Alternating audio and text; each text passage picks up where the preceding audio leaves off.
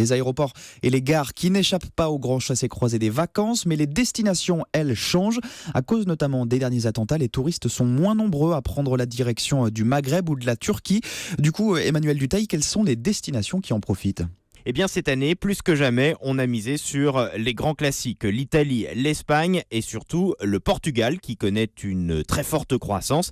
Des destinations un peu moins courues jusque-là confirment aussi un vrai regain d'intérêt. C'est le cas de la Sardaigne, considérée souvent comme un peu élitiste et donc chère, ou le Péloponnèse en Grèce. On commence à aller aussi de plus en plus sur les bords de la mer Noire en Bulgarie. Mais après les attentats de Nice, les réservations se sont effondrées, comme le confirme Alain de Mendoza, le patron de Promo Vacances. Jusqu'au 14 juillet, on était en croissance d'à peu près 10%, donc c'était un bon mois de juillet.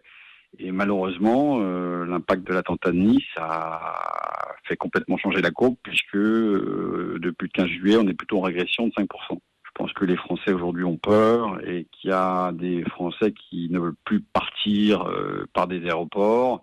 On reçoit à peu près 1 million d'appels par an, mais cette année, on en reçoit encore plus pour nous poser des questions sur la sécurité, sur l'hôtel, sur le pays. Il faut donc rassurer les clients, c'est ce que l'on dit aussi par exemple chez Pierre et Vacances, mais rassurer, ça ne suffit pas toujours. Cette saison s'annonce très compliquée pour les tour opérateurs. Emmanuel Dutheil, chef du service économie d'Europe 1.